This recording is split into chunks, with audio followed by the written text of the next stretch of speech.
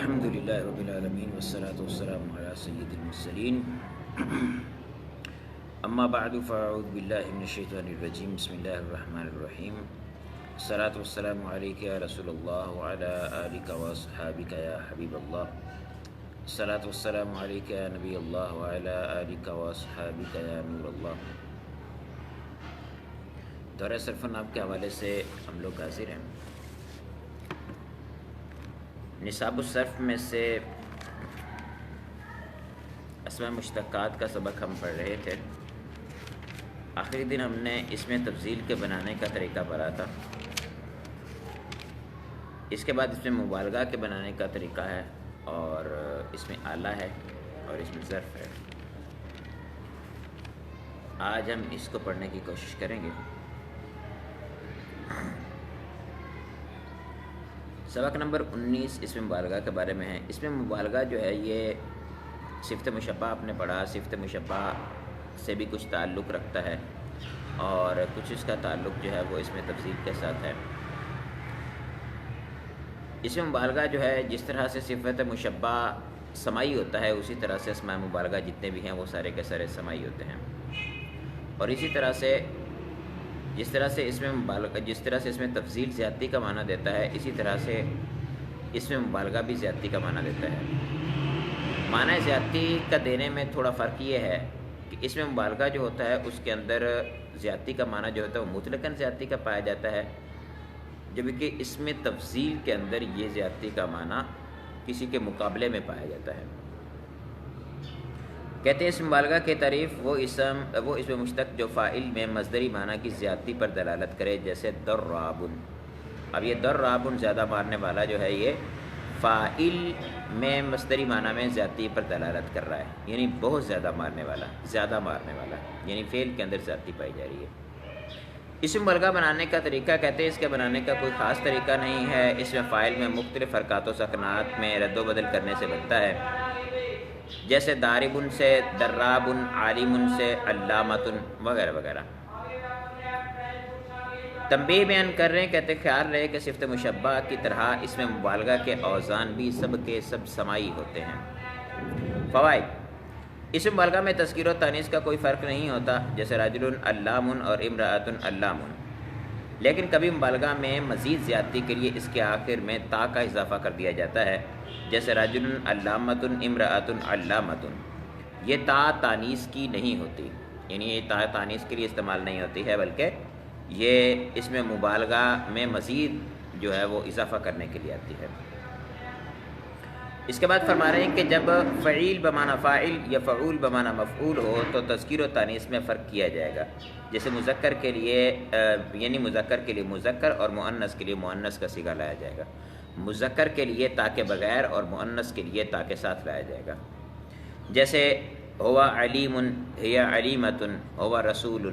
رسول فعول بمعنی اس میں مفعول ہے جس کو بھیجا گیا ہو۔ ثلاثی مزید فی میں اس کا بہت کم استعمال ہوتا ہے۔ اچھا، انہوں نے اتنی بات صرف کی ہے، اضافی بات یہ ہے کہ اگر فعیل بمعنی اس میں فاعل استعمال نہ ہو بلکہ اس میں مفعول استعمال ہو، اسی طرح سے فعول بمعنی اس میں مفعول کی بجائے اس میں فاعل کے استعمال ہو، تو پھر تذکیر و تانیث کا اعتبار جو ہے وہ نہیں کیا جاتا۔ یہ میں نے صفت مشبہ کے سبق کے اندر بھی عرض کیا تھا۔ یہ اوزان جو ہیں یہ مبالغہ کے لیے بھی استعمال ہوتے ہیں اور کبھی جو ہے یہ صفت مشبہ کے لیے بھی استعمال ہوتے ہیں۔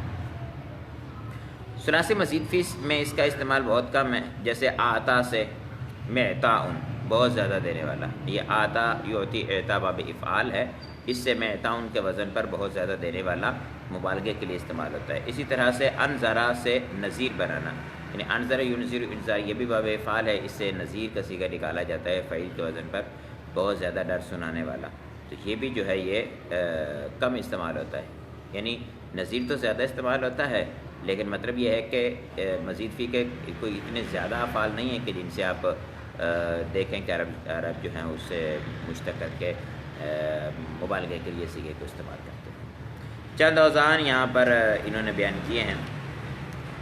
آگے اس میں اعلیٰ، تو کہہ رہے ہیں کہ اس میں اعلیٰ کا بیان، اس میں اعلیٰ کی تعریف وہ اسم جو اس شے پر دلالت کرے جس کے ذریعے سے فعل واقع ہو۔ یعنی کسی فعل کے واقع کرنے کے آلے پر دلالت کرتا ہے، یعنی اس کے ذریعے یہ فعل واقع کیا جاتا ہے. جیسے فاتح یفتح ہوتا ہے، اس کا معنی کھولنا ہے. تو مفتاح جو ہے یہ کھولنے کے آلے کے لیے استعمال کیا جاتا ہے صفت اس میں مبالغہ کا صیغہ جو ہے. جیسے مفعل کرنے کا آلہ، یہ تو ایسے ہی انہوں نے جو ہے مثال جو دی ہے یہاں پر یہ خیالی ہے، حقیقت میں یہ اشیاء بنائی جاتے ہیں. جیسے تارا کا یترک کا مطلب ہوتا ہے مارنا، ہتھوڑا مارنا، اور میترک جو ہے یہ ہتھوڑے کو کہتے ہیں، یعنی مارنے، ہتھوڑا مارنے کا آلہ، یعنی وہ ہتھوڑا جو گول ہوتا ہے اس کو ہتھوڑے کو کہتے ہیں. اسم اعلیٰ کی کہتے ہیں 3 قسمیں ہیں، اسم اعلیٰ صغریٰ، اسم اعلیٰ وسطیٰ اور اسم اعلیٰ کبریٰ. وہ جو کام کرنے کے چھوٹے آلے پر دلالت کرے اسے اسم اعلیٰ صغریٰ کہتے ہیں. وہ جو کام کرنے کے درمیانے آلے پر دلالت کرے اسے اسم اعلیٰ وسطیٰ کہتے ہیں. جو کام کرنے کے بڑے آلے پر دلالت کرے اسے کبریٰ کہتے ہیں. یہ پڑھا تو ہم نے بھی ہے، آپ بھی پڑھ رہے ہیں، لیکن اس کا استعمال، اس کا لحاظ جو ہے یہ بہت کم رکھا جاتا ہے، اتنا زیادہ اس کا لحاظ نہیں رکھا جاتا. جیسے سادہ سی آپ کے سامنے ابھی جو میں نے 2 مثالیں دی ہیں، اس میں آپ دیکھیں تو مفتاح جو ہے یہ فاتح یفتح سے اس میں اعلیٰ ہے، یہ چابی کے لیے استعمال ہوتا ہے، اور چابی چھوٹی سی ہوتی ہے، بعض اوقات اتنی چابیاں ہوتی ہیں. چلے لمبی ہو گئی تو اتنی لمبی چابی ہو گئی، یعنی جو پرانے عرب کے دور کی بات کر لیں تو اتنی لمبی، اس سے لمبی چابی ہم نے نہیں دیکھی، ٹھیک ہے. لیکن مترک جو ہے یہ اتنا بڑا ہوتا ہے، یعنی ہتھوڑا. اب مترک اور جو ہے اپنا مفتاح، ان کا مقابلہ کریں تو مفتاح اسم اعلیٰ کبریٰ ہے اور مترک جو ہے اسم اعلیٰ صغریٰ ہے. لیکن دونوں میں دیکھیں تو مفتاح چھوٹی ہوتی ہے اور اسم اعلیٰ کبریٰ جو ہے اپنا ہتھوڑا جو ہے وہ بڑا ہوتا ہے. تو اس کا لحاظ اتنا زیادہ نہیں رکھا جاتا. اسم اعلیٰ صغریٰ بنانے کا طریقہ بیان کر رہے ہیں. کہتے ہیں فعل مضارع سے علامت مضارع حذف کر کے اس کی جگہ علامت اسم اعلیٰ یعنی میم مقصور کا اضافہ کرتے ہیں. عین کریمہ کو فتح اور آخر میں تنوین لگا دیں گے. جیسے یدرب سے مدربن، مارنے کا آلہ، مارنے کا چھوٹا آلہ. اسم اعلیٰ وسطیٰ بنانے کا طریقہ یہ ہے کہ اسم اعلیٰ صغریٰ کے آخر میں فتح دے کر گول تا آخر میں بڑھا دیتے ہیں. جیسے مدربن سے مدربتن، مارنے کا درمیانہ آلہ. اسم اعلیٰ کبریٰ بنانے کا طریقہ بیان کر رہے ہیں. کہتے ہیں اگر اسم اعلیٰ صغریٰ کے لام کلمہ سے قبل علامت اسم اعلیٰ کبریٰ یعنی الف کا اضافہ کر دیا جائے گا تو وہ اسم اعلیٰ کبریٰ بن جائے گا. اچھا، ان تینوں میں فرق یوں آپ کر سکتے ہیں اسم اعلیٰ کبریٰ اور اسم اعلیٰ صغریٰ کے اعتبار سے کہ اسم اعلیٰ کبریٰ جو ہوتے ہیں یعنی ایک ہی جو ہے وہ مادے سے اگر ہم اسم اعلیٰ صغریٰ اور اسم اعلیٰ کبریٰ بنانے کی کوشش کریں تو وہ باہم جو ہے وہ چھوٹے اور بڑے کے لیے دلالت کر سکتے ہیں. فائدہ بیان کر رہے ہیں. کہتے ہیں اسم اعلیٰ بنانے کے طریقوں سے ظاہر ہوتا ہے کہ یہ 3 اوزان پر آتا ہے، مفعل، مفعلۃ اور مفعال کے وزن پر. لیکن کبھی اسم اعلیٰ فاعل کے وزن پر بھی آتا ہے، جیسے خاتم کہتے ہیں مہر لگانے کے آلے کو. خاتم یختم کا مطلب ہوتا ہے مہر لگانا کسی چیز پر. مہر لگانے کا مطلب جو ہم اسٹیمپ لگاتے ہیں، مہر لگانا. اب خاتم مہر لانے کا آلہ یہ انگوٹھی کے لیے استعمال ہوتا ہے. انگوٹھی بعض اوقات جو ہے وہ پہلے عرب اس کو انگوٹھی کو مہر لگانے کے لیے استعمال کرتے تھے. انگوٹھی جو ہوتی تھی اس کے اوپر جس طرح سے مہر ہوتی ہے اس طرح سے نگ کے اوپر یا پھر جو انگوٹھی کا جو جس دھات سے بنی ہوئی ہے، وہ لوہے سے بنی ہے یا سونے سے بنی ہے یا چاندی سے بنی ہے، اس دھات کے اوپر جو ہے وہ اس سٹائل میں لکھ دیا جاتا تھا جو چیز چھاپنا چاہ رہے ہیں، تو اس کے یہ نشان بنا دیا جاتا تھا. پھر اس کے بعد ایک موم بتی ٹائپ ان کے پاس پلاسٹک ہوتی تھی، اس پلاسٹک کو موم بتی کے ساتھ گرم کر کے گراتے تھے اور تازہ گری ہوئی جو پلاسٹک پگھلی ہوئی ہے تو اس کے اوپر مہر کو لگا دیتے تو وہاں مہر ثبت ہو جاتی تھی. آپ نے کبھی سنا ہوگا کہ خط کی مہر ٹوٹ گئی. اب یہ خط کی مہر ٹوٹنے کا کیا مطلب ہوتا ہے؟ خط کو اکٹھا کرتے لپیٹتے، جیسے ہم کاغذ کو لپیٹتے ہیں، کاغذ کو لپیٹ کے ایک رول بنا لیا. رول بنانے کے بعد جہاں کاغذ آ کے مل رہا ہے وہاں پر وہ گوند ڈالتے اور گوند ڈالنے کے بعد اس کے اوپر مہر لگا دیتے. اب اس کو جو کھولنے کی کوشش کرے گا تو یہ پلاسٹک جو ہے وہ گرم ہوئی تھی اور گرم ہونے کے بعد جو ہے وہ دوبارہ اب سوکھ چکی ہے. اب سوکھنے کے بعد اگر اس کو دوبارہ آپ کھولنے کی کوشش کریں گے تو یہ ٹوٹ جائے گی، تو اس کو کہتے ہیں مہر ٹوٹ گئی. تو کہتے ہیں مذکورہ بالا طریقے کبھی اس میں فاعل کبھی اس میں اعلیٰ فاعل کے وزن پر بھی آتا، فاعل عین پہ زبر کے ساتھ، فاعل کے وزن پر نہیں. جیسے خاتم مہر لگانے کا اعلیٰ، کالب ڈھالنے کا اعلیٰ. عالم، عالم کا نام سنا ہوا ہے؟ عالم جس کی جمع عالمین آتی ہے، یہ بھی اس میں اعلیٰ ہے. اس کا مطلب ہوتا ہے جاننے کا آلہ۔ اللہ عز و جل کے سوا دنیا کے اندر جتنی بھی چیزیں پائی جاتی ہیں سب کی سب عالم کہلاتی ہیں، وہ اللہ عز و جل کے جاننے کے آلے ہیں، یعنی ان کے ذریعے سے اللہ عز و جل کی قدرت کا ہمیں پتہ چلتا ہے، ان کے ذریعے سے ہم اللہ عز و جل کی معرفت حاصل کرتے ہیں، تو یہ سارے کے سارے اللہ عز و جل کی ذات پاک کو جاننے کے آلے ہیں۔ فرماتے ہیں کہ مذکورہ بالا طریقہ کے مطابق ثلاثی مجرد افعال سے اسم اعلیٰ بنایا جاتا ہے۔ اگر غیر ثلاثی سے بنانا ہو تو اس کے لیے کیا کیا جاتا ہے؟ اس کے لیے ماں بھی شروع میں لگا دیتے ہیں اور آگے مصدر لگا دیتے ہیں، اسم اعلیٰ بن جاتا ہے۔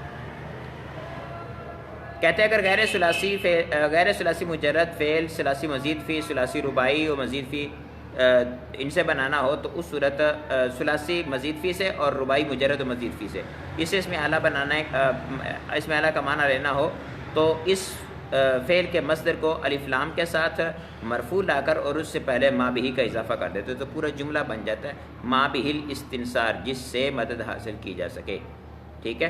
تو استنصر یا استنصر استنصار باب استفعال مزید فی کا صیغہ ہے، اس مصدر کو اب الف لام مرب اللام لے کے اور اس کے شروع میں ما بہی کا اضافہ کیا تو جس کے ذریعے سے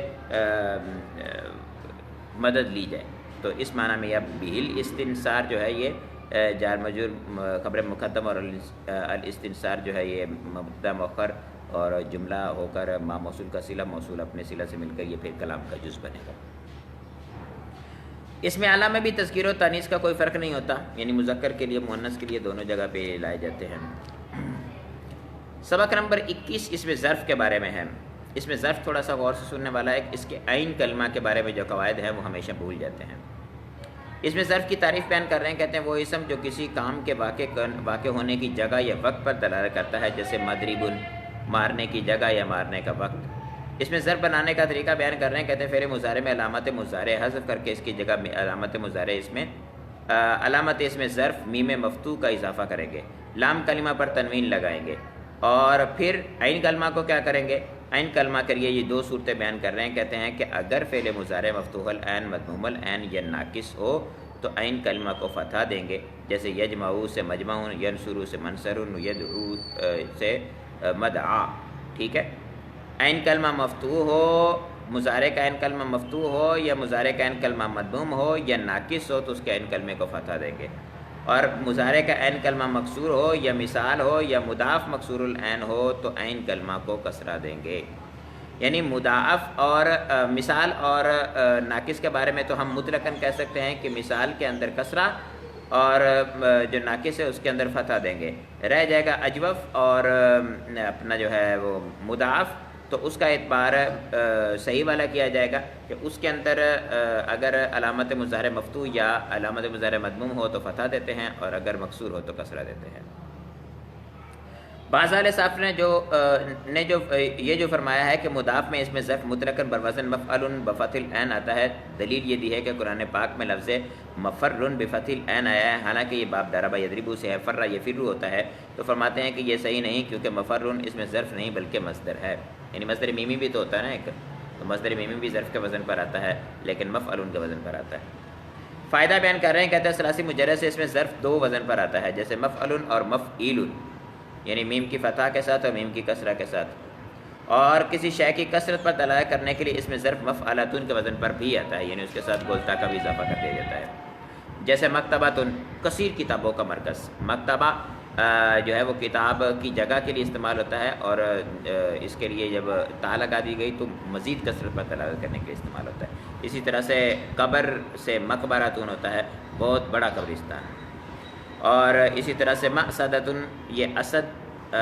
جو ہے حروف اصلیہ سے حمزہ سین اور دال، مأسدۃن مطلب بہت بڑی کچھار شیروں کی، انہوں نے شیروں کا اکھاڑ دیا ہوا ہے، شیروں کی کچھار ہوتی ہے، شیر کی کچھار ہوتی ہے۔ غیر ثلاثی مجرد افعال سے اس میں ظرف اسی طرح بنتا ہے جس طرح سے اس میں مفعول بنتا ہے، یعنی اس میں مفعول کے وزن پر ہی اس میں ظرف بنتا ہے، ما قبل آخر کو فتح دیتے ہیں، شروع میں میم مضموم لگاتے ہیں۔ جمع بنانے کا جو اس کا طریقہ ہے، اس کے اندر اس کی جمع جو ہوتی ہے، اس کی جمع مفاعیل کے وزن پر آتی ہے اور اس کی جمع جو ہوتی ہے وہ ہم لے کے آتے ہیں الف تا کے ساتھ، بھلے علامت تانیث لگی ہو بھلے نہ لگی ہو، اس کی جمع الف تا کے ساتھ لے کے آتے ہیں، جیسے مکرمن مکرمانی مکرمات الف تا کے ساتھ لے کے آتے ہیں۔ تنبیہ بیان کر رہے ہیں، کہتے ہیں درج ذیل 12 مقامات ایسے ہیں جہاں پر مظاہرے مضموم العین سے اس میں ظرف خلاف قیاس مکسور العین بھی آتا ہے، یعنی اس صورت کے اندر قیاس تو یہی ہے جو ہم نے قواعد پیچھے بیان کیے ہیں کہ اس طرح سے آتا ہے، لیکن ان صیغوں کے اندر اس کے الٹ ہوتا ہے۔ اب ساجدہ یسجد ہوتا ہے، نصر ینصر کے وزن پر ہوتا ہے، لیکن مسجد اس میں ظرف آتا ہے، آنا تو چاہیے تو مسجد لیکن مسجد آتا ہے۔ اس طرح سے شارع کا یش رکوع آتا ہے اور غرب یغرب آتا ہے، اور نسک ینسکو آتا ہے، اور سکت یسکت آتا ہے، طلع یطلع آتا ہے، جزر یجزر آتا ہے، نحر ینحر آتا ہے، نحر ینحر آتا ہے، اور اسی طرح سے سکن یسکن آتا ہے، نبت ینبت آتا ہے، اور فرق یفرق آتا ہے، اور رافی کا یرفع کو آتا ہے یا رافع کا یرفع کو آتا ہے یا پھر رافع کا یرفع کو آتا ہے۔ تو ان سب سے جو عین کلمہ ہے ان کا مکسور نہیں ہوتا لام مضارع کے اندر، اس کے باوجود اس کی جو ان سب کا ظرف جو ہے وہ عین کلمہ کی کسرہ کے ساتھ آتا ہے۔ اس کے بعد انہوں نے یہاں پر گردان بیان کی ہے۔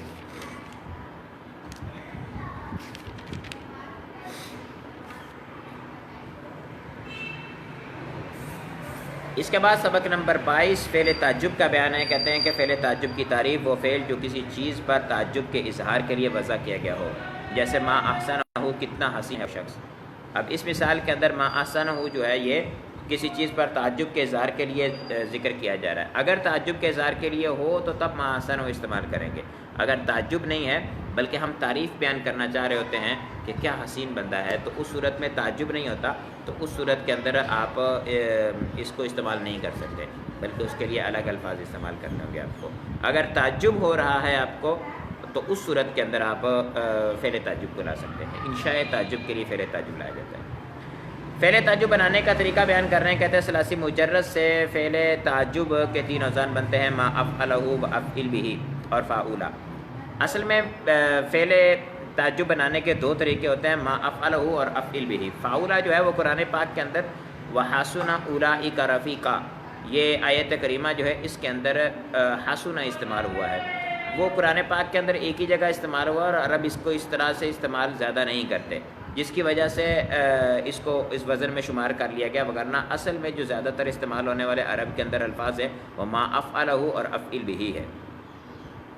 اس کے بعد کہہ رہے ہیں کہ فعل مضارع سے علامت مضارع حذف کر کے اس کی جگہ پہ حمزہ مفتوح اور اس سے پہلے ما تعجبیہ کا اضافہ کرتے ہیں، اور عین کلمہ اور لام کلمہ کو فتح دے کر اس کے آخر میں ضمیر یا اس میں ظاہر منصوب بڑھاتے تھے۔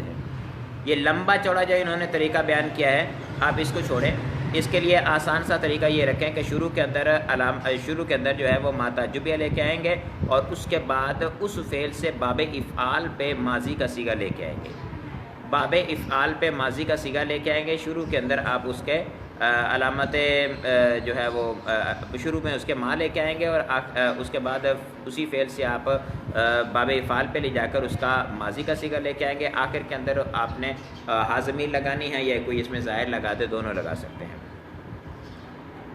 اور اسی طرح سے جو دوسرا صیغہ ہے اس میں یہی باب افعال سے ماضی کے بجائے باب افعال سے صیغہ واحد مذکر حاضر کا امر کا صیغہ لے آتے ہیں، تو اس صورت میں وہ اور اس کے ساتھ باجارہ لے آتے ہیں، باجارہ کے ساتھ اس میں ظاہر لے آئیں، اس میں ضمیر لے آئیں، تو اس سے اس میں جو ہے وہ فعل تعجب بن جاتا ہے۔ یہ لمبا چوڑا جو چکر بیان کر رہے ہیں، کہتے ہیں کہ جی اس کو حذف کریں تو اس کی جگہ وہ لگائیں، تو اس کو حذف کریں تو اس کی جگہ وہ لگائیں، تو ایسے کرنے کی حاجت نہیں ہے۔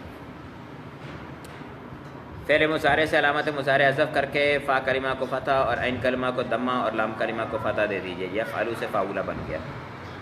تنبیہ بیان کر رہے ہیں، کہتے ہیں کہ خیال رہے کہ ہر فعل سے فعل تعجب نہیں بنتا، بلکہ اس کے لیے وہی شرائط ہے جو اس میں تفضیل میں بیان کی گئی تھی، کہ جن جن سے اس میں تفضیل بنتا ہے انہی سے یہ اس میں جو ہے وہ اس میں فعل تعجب بنتا ہے۔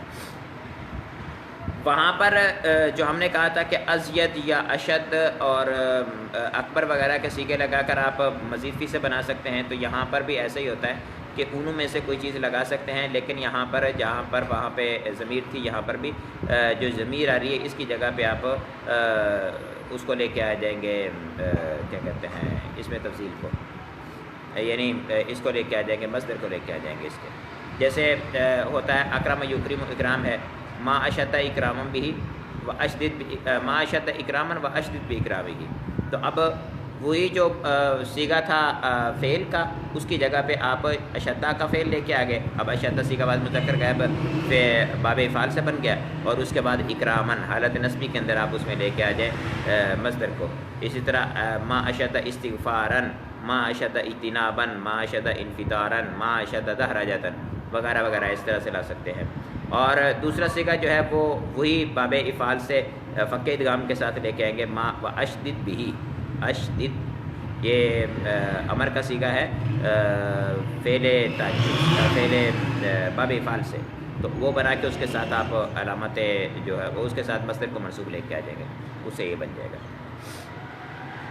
یہ سادہ سا بنانے کا طریقہ ہے. اسی طرح سے جو ہے رنگ اور ایپ پر دلالت کرنے والے ان سے بھی اسی طرح سے بن جائے گا، اور مزید فی سے بھی اسی طرح بن جائے گا. یعنی ثلاثی مجرد سے بنانے کا یہ طریقہ تھا، ما افعلہ افعل بہ کے وزن پر لے کے آنا. اور غیر ثلاثی ہے جو غیر ثلاثی مجرد، وہ ثلاثی مزید فی ہو، رباعی مجرد ہو یا رباعی مزید فی ہو، سب سے ایک ہی طریقے سے بنتا ہے. جس طرح سے آپ نے اس کے اندر دیکھا تھا افعال تھا اپنا اس میں تفضیل کے اندر. آ جائیے نحو کی طرف. 4 اسباق 19 20 21 22 4 اسباق ہم نے اس کے پڑھے. کل ہم نے معرب اور مبنی کا سبق پڑھا تھا. آج معرب اور مبنی کی اقسام کو پڑھیں گے. معرب اور مبنی کے اقسام بیان کر رہے ہیں. کہتے ہیں کل اس کی کل 6 قسم کے الفاظ مبنی ہوتے ہیں، جیسے فعل ماضی، امر حاضر معروف. الفاظ کا ہے انہوں نے جس کے اندر افعال، حروف اور اسماء سبھی شامل ہو گئے. فعل ماضی، امر حاضر معروف، تمام حروف، جملہ اور اس میں غیر متمکن، اور وہ فعل مضارع جس کے آخر میں نون ضمیر یا نون تاکید ہو. نون ضمیر نون نسوہ اور نون تاکید سے مراد نون ثقیلہ اور خفیفہ ہو. فعل ماضی نصارى ذهبا، فعل امر حاضر معروف انصر اذهب، تمام حروف جیسے من الى ان وغیرہ جتنے بھی ہیں سارے کے حروف انا وغیرہ. جملہ جیسے بکر قائم جلس خالد، اس میں غیر متمکن ہوا حاضہ، اور فعل مضارع جس کے آخر میں نون ضمیر یا نون تاکید ہو. اچھا آپ یہ بات ذہن میں رکھیں، میں نے جب شروع کیا تھا تو وہاں پر بھی اس بات کی وضاحت کی تھی کہ جو اسماء ہوتے ہیں ان کے اندر اصل جو ہے وہ اعراب ہوتی ہے، اور افعال اور حروف جو ہوتے ہیں ان کے اندر اصل بنا ہوتی ہے. لیکن بعض اوقات افعال اسماء سے مشابہت رکھنے کی وجہ سے معرب ہو جاتے ہیں. اسی طرح سے اسماء جو ہیں بعض اوقات حروف یا افعال کے ساتھ مشابہت رکھنے کی وجہ سے مبنی ہو جاتے ہیں. تو جب اسماء جو ہیں وہ افعال یا حروف کے ساتھ مشابہت رکھنے کی وجہ سے مبنی ہو جائیں گے تو ان کو ہم کہیں گے اس میں غیر متمکن، یا اس کو ہم کہہ سکتے ہیں کہ یہ مبنی ہے، یعنی یہ اسم مبنی ہے، وگرنہ اسماء میں مبنی کم ہوتے ہیں. اچھا، اور افعال جو ہوتے ہیں ان کے اندر بھی فعل مضارع سارا کا سارا جو ہے یہ اس سے مشابہت رکھنے کی وجہ سے اس میں فاعل سے یہ بن جاتا ہے معرب، اور نون تاکید ثقیلہ اور نون تاکید خفیفہ اور نون نسوہ والے جو سیغے ہیں یہ مبنی رہتے ہیں، اپنی حالت پر برقرار رہتے ہیں. پھر فرما رہے ہیں کہ اور صرف 2 قسم کے الفاظ معرب ہوتے ہیں، اس میں متمکن اور وہ فعل مضارع جو نون ضمیر اور نون تاکید سے خالی ہو. اچھا، جملے کو انہوں نے مبنی فرمایا ہے. جملہ جو ہوتا ہے یہ تو چونکہ مفرد ہی نہیں ہوتا نا، تو اس کا معرب و مبنی ہونا یہ تو مفرد کی اقسام سے، تو اس وجہ سے اس کا اس کے ساتھ کوئی تعلق نہیں ہے، یعنی وہ مبنی ہی ہوتا ہے، اس میں کوئی اثر عامل اثر نہیں کرتا. بعض اوقات آپ دیکھتے ہیں جملے کے اندر طلباء کو بڑی ٹینشن ہوتی ہے جب ہم کہتے ہیں کہ جملہ تو مبنی ہوتا ہے اور انا داخل ہوتا ہے تو اپنے اس کے مبتدا کو جو ہے وہ نصب دے دیتا ہے، اور جو خبر ہوتی ہے اس کو رفع دے دیتا ہے. کانا ہوتا ہے تو وہ اسم کو رفع اور خبر کو نصب دے دیتا ہے. تو یہ اس کے اندر تبدیلیاں کرتے ہیں. تو ان کو نواسخ جملہ کہتے ہیں، یعنی جو جملے کا حکم ہوتا ہے اس میں نسخ وارد کر دیتے ہیں، اس حکم کو منسوخ کر کے اپنا حکم لے آتے ہیں. اب جب اس حکم کو منسوخ کریں گے، اپنا حکم لے کے آئیں گے، تو ظاہری بات ہے حکم کے اعتبار سے اس کے اندر تبدیلی ہوگی. تو یہ اس کو ہم کوئی جملے کو معرب ہونا یا مبنی ہونا نہیں کہیں گے. اس صورت میں جملہ جو ہے وہ اپنی حالت پر برقرار ہے، اس نے اس کے اندر آ کے معنوی طور پر نسخ وارد کیا اور اس کے اندر جو ہے وہ اپنے اس کے اجزاء کے اندر فرق ڈالا ہے. اس میں آ کے 2 قسم کے الفاظ معرب ہوتے ہیں، جیسے اس میں متمکن زید رجل، اور وہ اسم وہ فعل مضارع کے جو نون ضمیر اور نون تاکید سے خالی ہو، جیسے ینصر اور تنصرین. اس میں غیر متمکن کے اقسام بیان کر رہے ہیں، کہتے ہیں اس میں غیر متمکن مشابہ مبنی الاصل کی کئی اقسام ہیں، جن میں سے بعض یہاں پہ ذکر کی ہیں. یعنی یہ اس میں غیر متمکن کے بارے میں بریکٹ میں دیو مشابہ مبنی الاصل، یعنی مبنی الاصل جو تھے، یعنی اصل میں جو مبنی تھے فعل یا حروف، ان کے ساتھ یہ مشابہت رکھنے کی وجہ سے مبنی ہوتے ہیں. اس میں ضمیر دی ہے، اس میں موصول دیا ہے، اس میں اشارہ، اس میں استفہام، اس میں شرط، اس میں ظرف، اس میں کنایہ اور اس میں فعل. ٹھیک ہے، ان میں سے ہر ایک کا میں نے آپ کو پہلے بھی عرض کیا تھا، جس طرح سے انشاء کے اندر بھی یہ آئے تھے کچھ چیزیں ان میں سے، اور کچھ چیزیں نہیں آئی تھیں. ان میں سے ہر ایک کے لیے الگ الگ ایک سبق آئے گا، جس کے اندر مکمل ان کے قواعد وغیرہ سب چیزیں بیان کی جائیں گی. یہ تو بیان نہیں کیا جائے گا کہ اس میں مشابہت کس وجہ سے ہے، لیکن دیگر جو ہے اس کے احکام جو کلام عرب میں استعمال ہونے کے وہ بیان کیے جاتے ہیں. ان کو مشابہت کس وجہ سے حاصل ہے، یعنی یہ کس وجہ سے اس کے ساتھ مشابہت رکھتے ہیں، اس کی تفصیل اگر دیکھنا چاہیں آپ تو نصاب النحو کے اندر موجود ہے، وہاں پر فوائد ضیائیہ سے اس کو نقل کیا گیا ہے. فوائد ضیائیہ مولا جامی کا نام ہے. تنبیہ بیان کرتے ہیں، کہتے ہیں اس میں غیر متمکن کے علاوہ تمام اسماء متمکن یعنی معرب ہوتے ہیں. اس میں غیر متمکن یہ 8 انہوں نے بیان کیے ہیں، فرمایا کہ اس کے علاوہ بھی کچھ ہے، تو ان کو ملا کے فرماتے ہیں کہ ان کے علاوہ جتنے بھی تمام اسماء ہیں وہ سارے کے سارے اس میں متمکن یعنی معرب کہلاتے ہیں. اس میں ضمیر کا بیان شروع ہو رہا ہے. کہتے ہیں کہ جو اسم متکلم مخاطب غائب پر دلالت کرے اسے اس میں ضمیر کہتے ہیں. ضمیر کی 5 قسمیں ہیں: ضمیر مرفوع متصل، ضمیر مرفوع منفصل، ضمیر منصوب متصل، ضمیر منصوب منفصل اور ضمیر مجرور متصل. ضمائر جو ہوتی ہیں ان کو یاد رکھنے کے لیے طلبہ کو بڑی ٹینشن ہوتی ہے. یاد رکھنا اس کا انتہائی آسان ہے. اگر آپ ضمیر مرفوع متصل کی بات کریں تو ضمیر مرفوع متصل کو یاد رکھنا تھوڑا مشکل ہے، کیونکہ یہ فعل کے ساتھ مکس ہو کے آتی ہیں. ان کو آپ یہاں پر بھی جیسے ذکر کیا جا رہا ہے تو فعل کے ساتھ ذکر کیا جا رہا ہے، اور صیغے جو بیان کیے گئے ہیں یہاں پر ایک ضمیر کو چھوڑ کے بیان کیا گیا ہے. ضمیر جو ہے اس کے لیے آپ الگ سے نکال کے لکھ لیا کریں: الف تثنیہ، واو جمع، نون نسوہ، یا مخاطبہ، تا تما تم، تی تما تم. یہ جو ہے یہ ضمیریں ہیں. اب ان میں سے کچھ مضارع کے ساتھ لگتی ہیں، ماضی کے ساتھ نہیں لگتی، کچھ ماضی کے ساتھ لگتی، مضارع کے ساتھ نہیں لگتی، کچھ جو ہے وہ دونوں کے ساتھ لگتی ہیں. اس کے اندر دیکھیں الف تثنیہ اور واو جمع جو ہے یہ ماضی اور مضارع دونوں کے ساتھ لگتے ہیں. یعنی الف جو ہوتی ہے تثنیہ کے لیے استعمال ہوتی ہے، واو جمع کے لیے استعمال ہوتی ہے. الف جو ہے وہ مذکر مؤنث دونوں کے لیے استعمال ہوتی ہے، اور جو واو ہوتی ہے یہ صرف مذکر کے لیے آتی ہے. اس کے بعد نون نسوہ ہیں، یہ بھی یہ جو ہوتا ہے یہ مضارع کے اندر استعمال ہوتا ہے اور ماضی کے اندر بھی استعمال ہوتا ہے. اچھا، پھر اس کے بعد تا تما تم، تی تما تنا جو ہے یہ تونا، یہ سارے کے سارے ماضی کے ساتھ استعمال ہوتے ہیں، مضارع کے اندر استعمال نہیں ہوتے. اور یا مخاطبہ جو ہے مضارع کے اندر استعمال ہوتی ہے، ماضی کے اندر استعمال نہیں ہوتی. جیسے دربا دربا دربو، دربا تھا اس کے ساتھ الف لگی تو دربا ہو گیا، واو لگی دربو ہو گیا. پھر دربت کے ساتھ یہ تائے تانیث کیا، یہ ضمیر نہیں ہے. پھر اس کے بعد دربتا، پھر الف لگا، پھر دربنا، یہ نون نسوہ لگ رہا ہے اس کے ساتھ. پھر اس کے بعد دربتا دربتما دربتم، یہ تا تما تم لگ گیا. دربتی دربتما دربتنا، تی تما تنا لگ گیا. پھر اس کے بعد دربتو اور دربنا، اس کے اندر تو اور نا لگ گیا. اس کے ساتھ فعل مضارع کے اندر چلے جائیں، یدربو یدربانی، یدربانی میں الف تثنیہ لگ رہا ہے، یدربونا اس میں واو جمع لگ رہا ہے. یدربو یدربانی یدربونا، تدربو تدربانی اس میں پھر الف تثنیہ لگا، اور یدربنا جو ہے اس کے اندر نون نسوہ لگا. پھر تدربو تدربانی یہاں پر الف تثنیہ لگ رہا ہے، اور پھر اس کے بعد یدربونا تدربونا جو ہے اس کے اندر واو جمع لگ رہا ہے. پھر تدریبین اس کے اندر یہ مخاطبہ استعمال ہو رہی جو کہ ماضی کے اندر استعمال نہیں ہوئی تھی. اور تدریبانی جو ہے اس کے اندر الف تثنیہ لگ رہا ہے، اور تدریبنا جو ہے اس کے اندر نون نسوہ لگ رہا ہے. ادربو ندربو کے اندر کوئی ضمیر موجود نہیں ہے، اس کے اندر مستتر ہوتی ہے، اور واجب الاستتار ہمیشہ ہی مستتر ہوتی ہے، باہر نہیں نکل سکتی. اچھا، یہ ہو گئی مرفوع متصل ضمیریں. مرفوع متصل یعنی ضمیروں کو آپ دیکھیں، مرفوع، منصوب اور مجرور 3 طرح کے عامل ہوتے ہیں. اسی طرح سے 3 طرح کی ضمیریں ہوتی ہیں: مرفوع، منصوب اور مجرور. مرفوع اور منصوب جو ہوتے ہیں یہ متصل اور غیر متصل دونوں طرح سے آتی ہیں، لیکن جو منصوب ہوتی ہیں وہ صرف متصل آتی ہیں، منفصل نہیں آتی ہیں. تو مرفوع متصل آپ نے سن لی. مرفوع منفصل جو ہوتی ہیں کہتے ہیں یہ بھی 14 ضمیریں ہیں: ہوا ہما ہم، ہیا ہما ہننا، انت انتما انتم، انتی انتما انتنا اور انا اور نہ. اس کے بعد کہہ رہے ہیں کہ ضمیر منصوب متصل، یہ بھی 14 ہیں، اور یہ بھی کبھی فعل کے ساتھ متصل ہوتی ہیں، کبھی حرف مشابہ بالفعل کے ساتھ متصل ہوتی ہیں. اچھا، یہ جو ضمیریں ہوتی ہیں ضمیر منصوب متصل، اس کے لیے یاد کرنے کے لیے آپ کو کیا کرنا چاہیے؟ یہ جو ضمیریں منصوب متصل کے لیے آ رہی ہیں ان کو آپ یاد کر لیں. ان کو آپ دیکھیں اگر فعل کے ساتھ لگی ہوئی ہیں، یہ حروف مشبہ بالفعل کے ساتھ لگی ہوئی ہیں تو یہ منصوب متصل ہے، ٹھیک ہے. اور اگر یہ یا کے ساتھ لگی ہوئی ہیں تو یہ منصوب منفصل ہو جائیں گی. اور اگر یہی جو ہے وہ اسم کے ساتھ لگی ہوئی ہیں یا حرف جار کے ساتھ لگی ہوئی ہیں تو یہ مجرور متصل ہو جائیں گی. اب ایک ہی ضمیر 3 جگہوں پہ استعمال ہوگی، آپ اس کو دیکھنے کی کوشش کریں. جیسے نصرہ، نصرہما، نصرہم، نصرہا، نصرہما، نصرہن، نصرکا، نصرکما، نصرکم، نصرکی، نصرکما، نصرکن.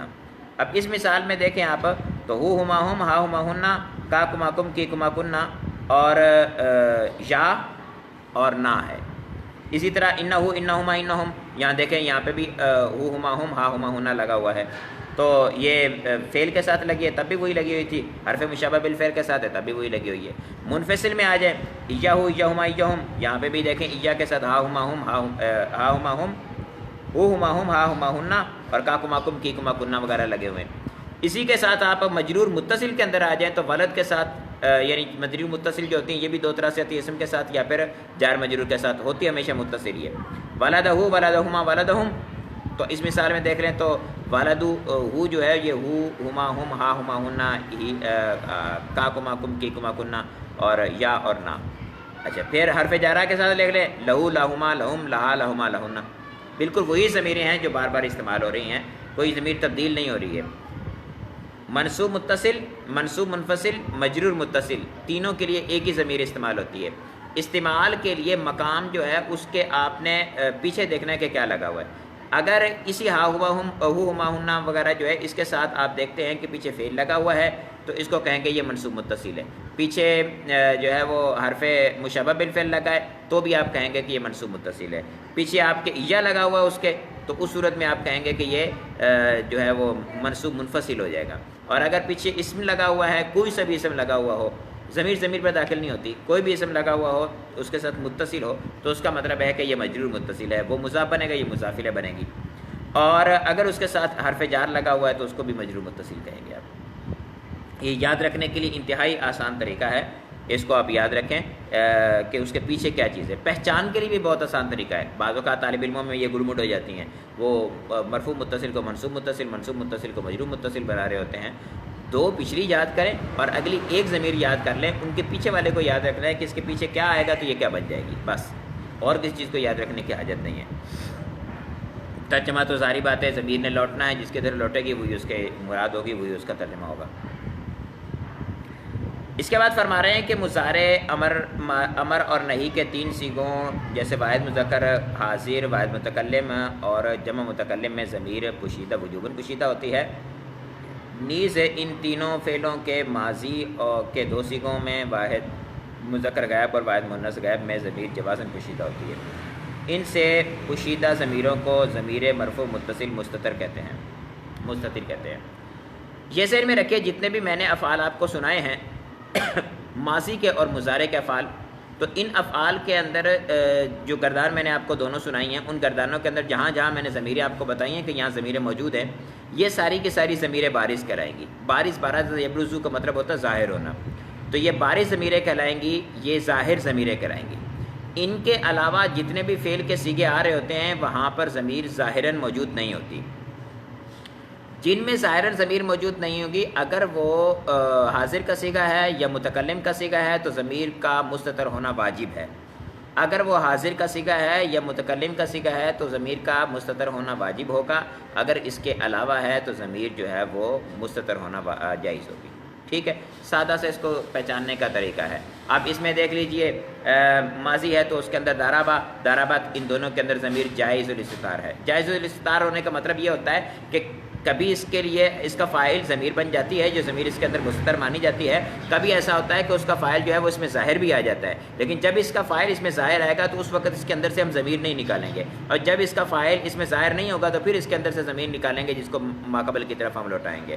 لیکن جو حاضر کا صیغہ ہے، جیسے اچھا ماضی میں حاضر کے صیغوں کے اندر ضمیر بارز ہوتی ہے، اس کے اندر سے نکالنے کی حاجت نہیں ہے. مضارع کے جو حاضر کا صیغہ ہے جیسے تدریبو ہے، اب تدریبو کے اندر انت ضمیر ہے، آپ سامنے بیٹھے بندے کو انتا کہہ رہے ہیں تو اس کا نام لے کے تو کبھی نہیں پکاریں گے نا، تو اس کے لیے یہی صیغہ استعمال کرنا ہوگا. اس کے لیے آپ نکال کے اس بندے کا نام ذکر نہیں کر سکتے. یعنی آپ تدریبو کہیں گے کہ تم مارتے ہو یا مارو گے، ٹھیک ہے. اور اسی طرح سے ادرب کہو گے مطلب ہے کہ تو مار، یا لا تدرب کہو گے کہ تو مت مار. اس کے لیے مذکر جو آپ کے سامنے مذکر حاضر موجود ہے اس کی طرف آپ ضمیر جو ہے اس کے اندر سے لوٹا رہے ہیں، انتا کی ضمیر. ظاہر ضمیر آپ کو لانے کی حاجت نہیں ہے، یا اس کے ساتھ اس میں ظاہر لانے کی حاجت نہیں ہے. کبھی کبھی ایسا ہو جائے اگر آپ دیکھیں کہ حاضر کا صیغہ بھی ہے اور اس کے ساتھ اس میں ظاہر بھی آ رہا ہے تو اس صورت کے اندر آپ اس کو بدل بنا سکتے ہیں. مثال کے طور پر انت زید، انت یعنی لکھا ہوا ہے کہ اپنا تضرب زید، یعنی تو زید نے مارا، تو اس صورت میں جو زید ہے یہ اس کا بدل بن جائے گا، اس کے اندر جو موجود ضمیر ہے. تو وہ الگ بحث ہے، لیکن عمومی طور پر ایسا آپ نے کبھی نہیں دیکھا ہوگا. شاید درس نظامی کے دور کے اندر تو نہ دیکھیں، اضافی کتابیں ہیں ان کے پڑھنے کا آپ کو ویسے شوق نہیں ہوتا تو نہیں نظر آئے گا آپ کو کہیں بھی. کہہ رہے ہیں کہ مضارع امر اور نئی کے 3 صیغوں میں واحد مذکر حاضر، واحد متکلم اور جمع متکلم میں ضمیر وجوباً پوشیدہ ہوتی ہے. نیز ان تینوں فعلوں کے ماضی کے 2 صیغوں جیسے واحد مذکر غائب اور واحد مؤنث غائب میں ضمیر جوازاً پوشیدہ ہوتی ہے.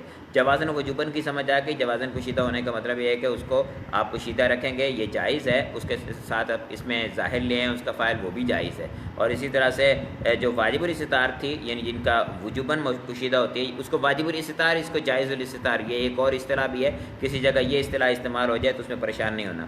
تو جائز واجب الاستتار جو تھی صورت، اس صورت کے اندر ضمیر آپ باہر یعنی اس کا اس میں فاعل ظاہر نہیں لا سکتے، اس کا فاعل ظاہر نہیں لا سکتے، فاعل ہمیشہ اس کا مستتر ہوگا. اس کے بعد کہتے ہیں کہ مذکورہ 3 فعلوں کے علاوہ باقی 9 صیغوں میں فعل ماضی کے باقی 12 صیغوں کے اندر ضمیر ہمیشہ ظاہر ہوتی ہے.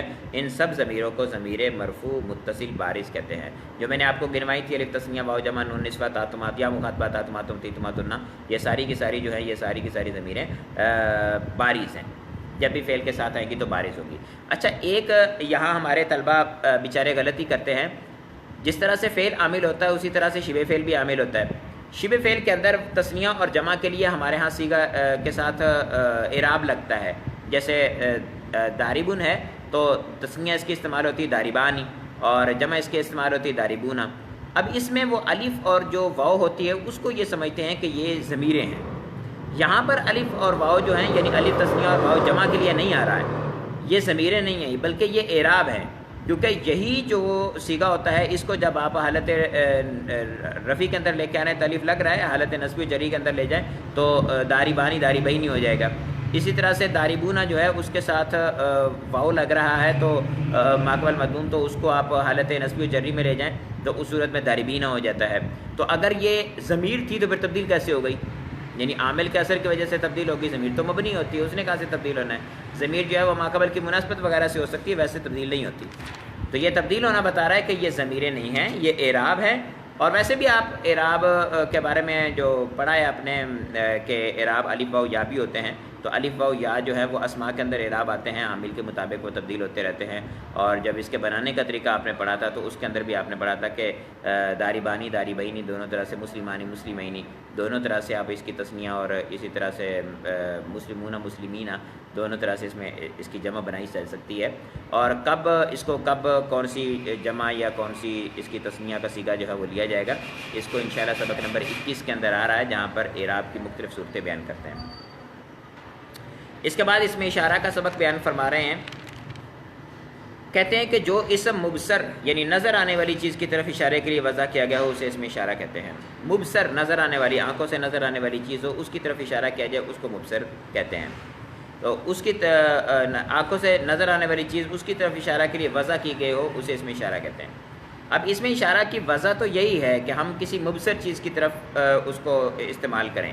یعنی کوئی چیز ہمیں نظر آ رہی ہو تو اس کی طرف اشارہ کرنے کے لیے ہم اس میں اشارہ کو استعمال کریں، یہ اس کی وضع ہے. تو بہت ساری چیزیں دیگر جو ہیں جیسے اپنی وضع سے ہٹ کر دوسرے معنی میں بھی استعمال ہوتی ہیں. حقیقی معنی یعنی جس کے لیے وضع کیا کہ اس کا حقیقی معنی ہوگا، اور جو حقیقی معنی سے ہٹ کر استعمال ہوگا تو اس کو مجازی معنی کہیں گے. تو بلاغت کے اعتبار سے اس کو مجازی معنی میں بھی استعمال کیا جاتا ہے. یعنی کوئی چیز مبصر نہیں ہوتی اس کے باوجود وہاں پر اس میں اشارہ استعمال کیا جاتا ہے. تو وہاں پر اہل بلاغت یہ کہتے ہیں کہ وہاں پر جو متکلم ہے وہ یہ سمجھتا ہے کہ وہ چیز میرے دماغ میں اس طرح سے حاضر ہے کہ گویا کہ میں اسے دیکھ رہا ہوں. یعنی وہ اس کو جو غیر مبصر ہے اس کو مبصر کے مقام پہ اتار کر اس کے ساتھ وہ کلام کرتا ہے. اس کو آپ مقتضا جو ہے وہ اپنا ظاہر کے مطابق کا کلام کو نہیں کہیں گے، بلکہ مبتدا خلاف ظاہر کے مقام پر آپ مبتدا خفی کے اعتبار سے کلام کرنا کہلائے گا۔ اور جس چیز کی طرف اشارہ کیا جائے اس میں اشارہ کے ذریعے سے اسے مشار الیہ کہتے ہیں، جیسے حاض القلم ذالک الکتاب، یہ قلم یہ کتاب۔ اب اس میں حاض القلم میں حاضہ اس میں اشارہ اور القلم مشار الیہ بنائیں گے، تو حاضہ اس میں اشارہ ہے، القلم مشار الیہ ہے، تو یہ اس میں اشارہ مشار الیہ میرے خیال اب کلام کا جز بنے گا، یہ مبتدا خبر نہیں ہے۔ یعنی جب ہم حاض القلم کو حاضہ کو مبتدا اور القلم کو خبر بنائیں گے تو اس صورت میں یہ اس میں اشارہ مشار الیہ نہیں ہوں گے، جب اس میں اشارہ مشار الیہ بنائیں گے تو اس وقت یہ مبتدا خبر نہیں ہوں گے۔ اس میں اشارہ کے اقسام بیان کر رہے ہیں، کہتے ہیں کہ اس میں اشارہ کی دو قسمیں ہیں، اس میں اشارہ للقریب یعنی وہ اس میں اشارہ کہ جسے مشار الیہ قریب کے لیے وضع کیا گیا ہو، جیسے حاض اور حاضہ۔ اس میں اشارہ للبعید وہ اس میں اشارہ جسے مشار الیہ بعید کے لیے وضع کیا گیا ہو، جیسے ذالک اور تلک۔ اسماء اشارہ للقریب درج ذیل ان کے ذریعے سے مشار الیہ قریب کی طرف اشارہ کیا جاتا ہے، جیسے ذا، حاذا، ذانی، زینی، حاذانی، حاذینی، اولائی اور ہا اولائی۔ اسی طرح سے تا، حاذہ، تانی، تینی، ہاتانی، ہاتینی، اولا اور ہا اولائی۔ واؤ اس کے اندر اولا کے اندر آتی ہوتی ہے، یہ واؤ پڑھی نہیں جاتی۔ اسی طرح جب ہا اولائی کہتے ہیں تو وہاں پر بھی جو ہے وہ پڑھی نہیں جاتی واؤ۔ اس کے بعد کہہ رہے ہیں کہ اس میں اشارہ للبعید درج ذیل ہیں اور ان کے ذریعے اس میں اشارہ مشار الیہ بعید کی طرف اشارہ کیا جاتا ہے، جیسے ذا کا، ذالی کا، زانی کا، زینی کا، اولائی کا، تا کا، تل کا، تانی کا، تینی کا اور اولائی کا۔ قواعد و ضوابط بیان کر رہے ہیں، کہتے ہیں کہ اس میں اشارہ اور مشار الیہ کا مذکر، مؤنث، واحد، تثنیہ، جمع ہونے میں برابر ہونا ضروری ہے۔ یعنی اس میں اشارہ اگر مذکر آتا ہے تو اس میں مشار الیہ بھی مذکر آئے گا، اس میں اشارہ مؤنث آتا ہے تو مشار الیہ بھی مؤنث آئے گا، اس میں اشارہ واحد آتا ہے تو مشار الیہ بھی واحد، تثنیہ آتا ہے تو تثنیہ، جمع ہوتا ہے تو جمع آئے گا۔ قریب اور بعید کے لیے آپ یہ تین جو چھ سیغے انہوں نے بیان کیے ہیں، چھ سیغے آپ استعمال کر سکتے ہیں۔ اچھا، اس میں بھی وہی صورتحال ہے جو صفت کے اندر ہم نے پڑھی تھی، کہ صفت کے اندر ہم دیکھتے ہیں کہ اس میں اشارہ جو صفت ہوتی ہے وہ غیر ذویل عقول کی جمع مکسر ہے یا ذویل عقول کی جمع مکسر ہے، غیر ذویل عقول کی کوئی بھی جمع ہو تو اس کے اندر آپ اس کا لحاظ نہیں رکھتے، بلکہ جماعت ان کی تعبیر میں لے جا کر اس سے آپ واحد مؤنث کا بھی لگا سکتے ہیں سیغہ، تو یہاں پر بھی آپ اس میں اشارہ واحد مؤنث کا لگا سکتے ہیں، اس کے لیے بیان کریں گے یہاں پر۔ کہتے ہیں غیر عاقل کی جمع کی طرف اشارے کے لیے اس میں اشارہ واحد مؤنث لایا جاتا ہے، جیسے حاذہ العلوم، تلک الکراسات۔ اب حاذہ العلوم علم کی جمع ہے تو اس کے ساتھ حاذہ بھی لگا سکتے ہیں۔ اسی طرح سے تلک الکراسات، کراست ان کی جمع کراست کاپی کو کہتے ہیں تو تلک الکراسات۔ اس کے بعد استعمال فرما رہے ہیں، کہتے ہیں ہونا اور ہونا کا، یہاں یہ قریب کے معنی کی طرف، قریب کی جگہ کی طرف اشارہ کے لیے استعمال ہوتے ہیں، جیسے ہونا خزائن، یہاں ہونا خزائن العلم، یہاں علم کے خزانے ہیں۔ اب اور اسی طرح سے ہونا کا ہونا جامعۃ المدینہ، وہاں یہاں جامعۃ المدینہ ہے۔ اچھا، یہاں کہہ رہے ہیں کہ اس میں قریب کی طرف اشارے کے لیے استعمال کیا جاتا ہے، اس میں قریب کے لیے اشارے کی طرف اس میں قریب کے اشارے کے لیے استعمال کیا جاتا ہے، لیکن یہ ہمیشہ جگہ کے لیے استعمال ہوتے ہیں۔ تو یہاں پر جو ہونا خزائن العلم دیا ہے، اس میں ہونا جو ہے یہ خبر مقدم اور خزائن العلم جو ہے یہ مبتدا مؤخر کہلائے گا۔ کیوں؟ اس وجہ سے کہ یہ جگہ پر دلالت کرنے کے لیے ہمیشہ استعمال ہوتے ہیں، اور جو چیز جگہ پر دلالت کرنے کے لیے استعمال ہوتی ہے وہ ظرف ہوتی ہے، تو یہ ظرف کے لیے استعمال ہوں گے۔ جب یہ ظرف کے لیے استعمال ہوں گے تو مبتدا نہیں بن سکتے، ایک بات۔ دوسری بات یہ ہے کہ جب اس کو آپ خبر بنا رہے ہیں، خبر مقدم، اور جو خزائن العلم ہے اس کو مبتدا مؤخر بنا رہے ہیں، تو یہ مبتدا خبر ہے باہم، اس کا مطلب ہے اس کا جو مشار الیہ ہے وہ یہاں پر مذکور نہیں ہے۔ اس کا مطلب ہے کہ ہن المکان خزائن العلم، اور اسی طرح سے ہا ہن المکان جامعۃ المدینہ، وہ مکان محذوف ہے جو اس کا مشار الیہ بنے گا۔ اس میں اشارہ جو ہے وہ یہاں موجود ہے، مشار الیہ جو آگے آ رہا ہے وہ مشار الیہ نہیں ہے، اس کا مشار الیہ یہاں پر محذوف مانیں گے۔ اسی طرح فرما رہے ہیں کہ ثما اور ہناکا اور ہنالکا یہ وہاں یعنی دور کے لیے استعمال ہوتے ہیں، بعید جگہ کے لیے، بعید جگہ کی طرف اشارے کے لیے استعمال کیے جاتے ہیں۔ ہنالک الزلازل، وہاں زلزلے ہیں، اور ثم الشیء، وہاں کوئی چیز ہے۔ من ثما یہ کافیہ کے اندر کثیر مقام پر استعمال ہوتا ہے، یعنی اسی وجہ سے۔ من جو ہے وہ تعلیلیہ استعمال ہوتا ہے، من ثما یعنی اس وجہ سے۔ تو سما کے ذریعے سے پیچھے بات کی گئی ہوتی ہے تو اس کی طرف اشارہ کیا جاتا ہے اس میں اشارہ کے ذریعے سے. ذالکہ وغیرہ میں کاف حرف خطاب ہے، لہٰذا یہ مخاطب کے مطابق ہوگا. مثلا دور رکھی ہوئی کتاب کی طرف اشارہ کرنا ہو اور مخاطب مذکر ہو تو کہا جائے گا ذالک الکتاب، اور مخاطب مؤنث ہو تو کہا جائے گا ذالک الکتاب. اسی طرح سے مخاطب تثنیہ ہو تو کہا جائے گا ذالکم الکتاب، اور جمع مذکر ہو تو کہا جائے گا ذالکم الکتاب، اور جمع مؤنث ہو تو کہا جائے گا ذالکن الکتاب. یعنی ذالکہ جو ہے اس کے ساتھ کاکم آکم کیکما کنہ جو لگے ہوئے ہیں، یہ ضمیریں جو لگی ہوئی ہیں، یہ ضمیریں جو ہیں ان کو ضمیریں کہہ رہا ہوں، یہ جو حروف لگے ہوئے ہیں ان حروف کو آپ مخاطب کے مطابق لے کے آئیں گے. مخاطب کی جس طرح سے ضمیریں آتی ہیں اسی طرح سے یہ استعمال ہوں گے، لیکن یہ حروف ہوں گے، یہ اسماء نہیں ہیں، لیکن اس میں اشارہ کے ساتھ ہوں گے. اس میں اشارہ کو مشار الیہ کے مطابق لایا جائے گا، ٹھیک ہے، اور یہ جو اس کے ساتھ حروف لگے ہوئے ہیں اس کو مخاطب کے مطابق لایا جائے گا. آپ کی جیسے یہاں پر مثال استاد صاحب نے دی ہے تو وہاں پر ذالکہ جو اس میں اشارہ ہے، اس میں اشارہ جو ہے وہ کتاب کے مطابق لے کے آ رہے ہیں. کتاب واحد ہے، مذکر ہے، تو اس کے لیے اس میں اشارہ واحد اور مذکر لے کے آئے ہیں. لیکن جو اس کے ساتھ کاف لگا ہوا ہے وہ کاف اس کو آپ دیکھیں گے کہ مخاطب آپ کا ایک بندہ ہے، دو بندے ہیں، تین بندے ہیں، یا عورت ہے، ایک ہے، دو ہیں، کثیر عورتیں ہیں، تو ان کے مطابق لے کے آئیں گے. کاکم آکم کیکما کنہ کے ساتھ لے کے آئیں گے. تو کہہ رہے ہیں کہ اگر ایک مخاطب ہے تو اس کے لیے ذالک الکتاب، دو ہیں تو ذالکم الکتاب، اور بہت سارے تو ذالکم الکتاب. اور اسی طرح سے مؤنث ہے تو اسی میں بھی ایسے ہی کریں گے، ذالک الکتاب اور ذالکم الکتاب اور ذالکن الکتاب. ٹھیک ہے جی، ہمارا اسماء اشارہ کا سبق ختم ہوا. اس کے بعد اسم موصول کا سبق ہے جس کو انشاءاللہ عز و جل ہم کل پڑھیں گے. کسی قسم کا سوال ہے تو بیان کیجئے.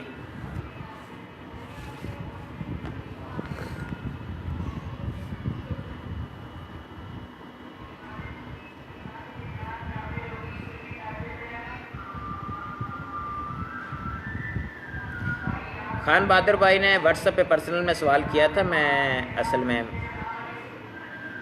رات کو میں نے سنا تھا وہ سوال،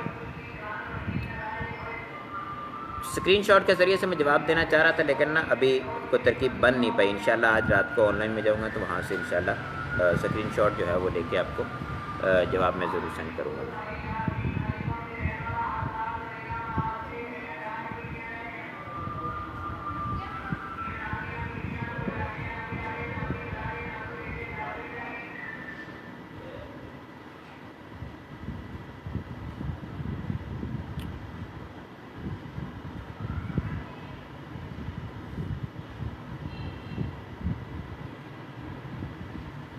حاصل قلم جو ہے اس کو اگر آپ اس میں اشارہ بنائیں گے تو اس صورت کے اندر حاضہ اس میں اشارہ اور القلم مشار الیہ بنے گا. اس میں اشارہ مشار الیہ بن کے یہ مبتدا بنا لے، خبر آپ کو اس کی معذوف ماننی پڑے گی. مثال کے طور پر آپ کہیں کہ حاضل قلم موجود، یا حاضل قلم لاکا، یہ آپ کی قلم ہے تو یہ قلم آپ کی ہے. اب اس کے ترجمے میں بھی فرق پڑتا ہے. جب آپ کہیں گے نا حاضل قلم تو اس کا مطلب ہوگا یہ قلم، اور اگر کہیں گے حاضہ قلم تو اس کا مطلب ہوگا یہ قلم ہے. جب آپ کہیں گے حاضہ قلم یہ قلم ہے تو اس صورت میں حاضہ اس میں اشارہ جو ہے قلم اس کی وہ نہیں بنے گا، خبر نہیں بنے گا، مشار الیہ نہیں بنے گا بلکہ خبر بنے گا. اس صورت میں اس میں اشارہ کا جو مشار الیہ اس کو آپ معذوف مانیں گے. اس صورت میں آپ کہیں گے جب آپ کہتے ہیں نا حاضہ قلم یہ قلم ہے تو اب آپ اس میں اشارہ کا جو مشار الیہ اس کو معذوف مانیں گے شیئن. جیسے حاضہ الشیء قلم، یہ چیز قلم ہے تو اس کا مشار الیہ معذوف مانیں گے. یعنی جب خبر بنے گا تو وہ اس وقت جو ہے اس کا اسم اشارہ کا مشار الیہ نہیں بن سکتا. اسم اشارہ مشار الیہ کی ترکیب تقریباً موصوف صفت والی ہوتی ہے، کبھی مدل من و بدل کی صورت بھی بن جاتی ہے. تذکیر و تانیث، فاعل تثنیہ جمع، رفع نصب جر کے اندر جس طرح سے مطابقت ہوتی ہے اسی طرح سے یہاں پر بھی مطابقت ہوتی ہے. اس میں اشارہ تو مبنی ہوتا ہے، اس پر تو کوئی چیز نظر نہیں آتی ہے. واحد تثنیہ جمع کے اندر تو ظاہری باتیں نظر آئے گا، لیکن جو ہے وہ رفع نصب جر کے اندر نظر نہیں آئے گا. تو وہ اس میں اشارہ کا جو مشار الیہ آ رہا ہوتا ہے اس میں آپ کو نظر آتا ہے. اللہ اکبر.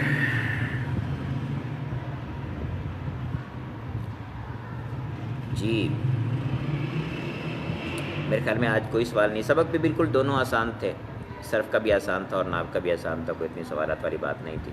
جب قواعد آئیں گے صرف کے اندر تو اس میں سوالات کافی اٹھیں گے. وہاں آپ بات کریں گے سوالات کے حوالے سے. ٹھیک ہے، دعاؤں میں یاد رکھیے گا. السلام علیکم ورحمۃ اللہ وبرکاتہ.